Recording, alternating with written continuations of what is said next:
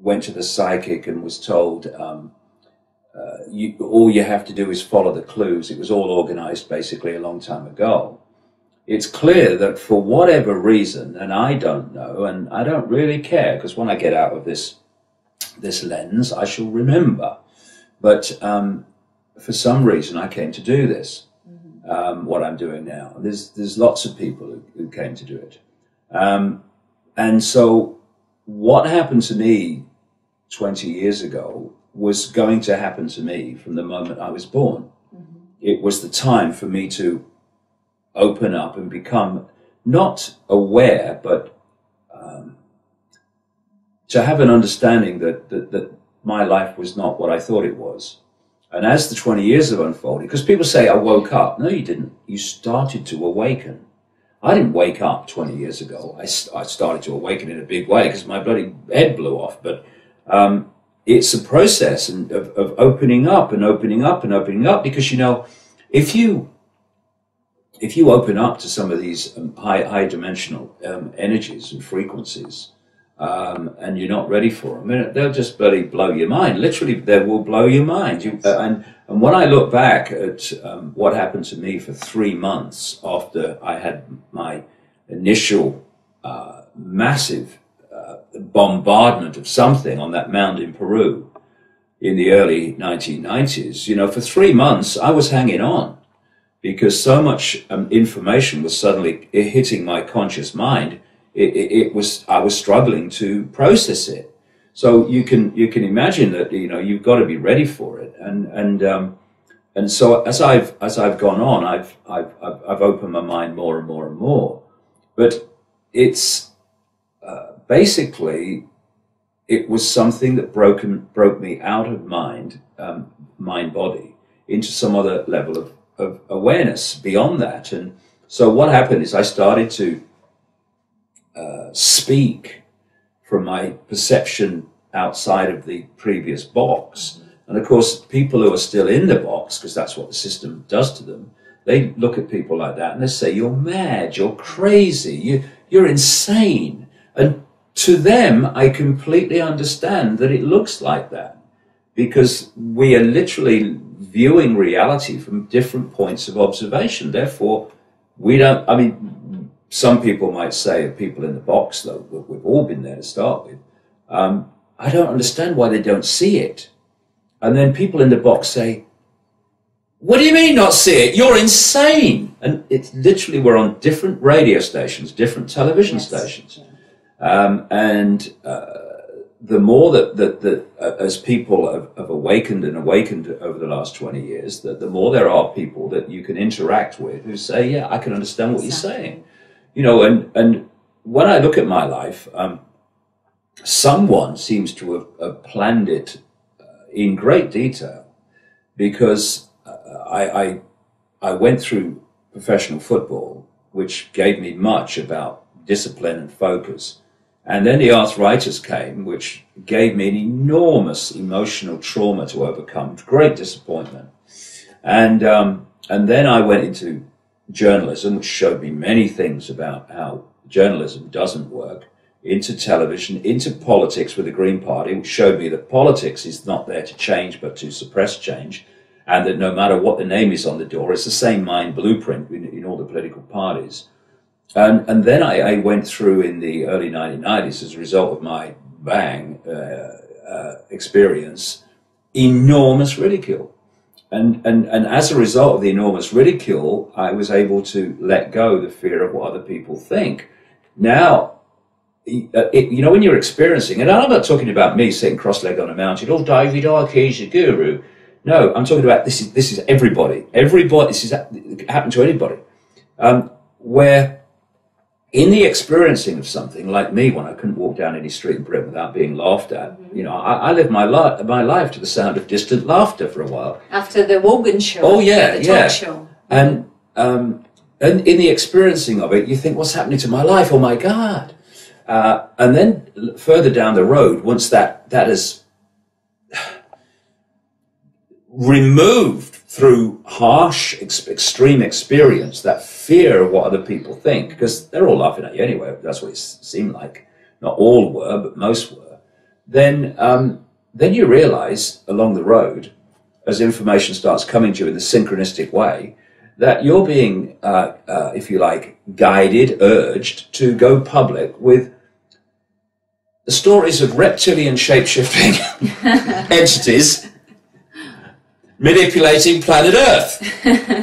And then you go a bit further down the road, like in the last year, and then you realize you're being handed this information that's saying the moon's not what you think it is, the moon's not a heavenly body like you think it is. Now, if I hadn't have been through that fire, that cleansing of the concern with what other people think, you know, what are you going to do? I'm going to talk public like reptilian entities shape-shifting. Are you kidding, mate? The moon's not real. Oh, you must be joking. No, you're going to ask someone else. But because I've been through that, I have no problem with it. I'm interested in what's happening. I'm not interested in what people think of me or what I say, because what they think of me and what I say is absolutely their business. It's none of mine. Yes. You know, I'm not trying to persuade anyone of anything, but I'm interested in what's happening. And if I get enough information for me to think, I reckon this is happening, I'm sure this is happening, then I'll talk about it. And then people will then make of it what they will. And you start to realize this is a big, important area, I think, as people move their perception of life. As I said many times, there are levels of us, levels of our awareness, levels of our consciousness that see our, if you like, human experience, what we call a lifetime, from birth to rebirth, from source of the river to the sea. And therefore, that level of awareness's perception of individual events is very different to the conscious mind, which symbolically can only see the next turn on the river.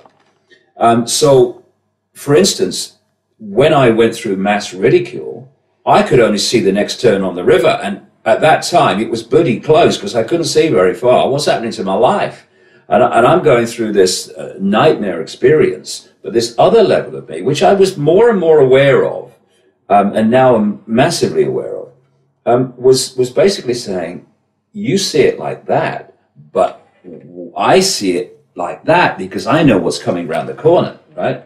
And so as I've flowed with this river, this journey we call life, as we all do, when I follow my intuitive knowing rather than my let's work it out mind, the more synchronistic my life becomes, the greater adventure it becomes. Amazing coincidences constantly occur because I've got the head out of the way. Yes. Because when you go with your intuition, I just feel to do this, then you often act outside of what we might call mainstream thinking and mainstream behavior. You're out of your mind. Yeah, you're out of your mind, which is, you know, we have this world of paradoxes or what I call, let's just call them opposites, where everything you see in the world, virtually, you have to do that to it to see what's really happening, what's really true. We're living upside down. So we see about mind. He's got a great mind. He's got great intellect. But actually, that's a very, very low level of perception compared with what I call consciousness beyond that. And therefore, to be out of your mind, to be beyond your mind, is to be far more conscious than just being at the level of mind, thought.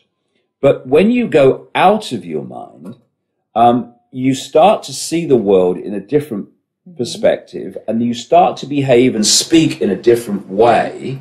And those in mind say you are out of your mind in the sense of you are crazy. But you're not out of your mind crazy, you're out of your mind perception. Yes. And therefore, to someone in mind alone, you appear to be crazy. Everything has to be turned on its head, I find, before you find the truth.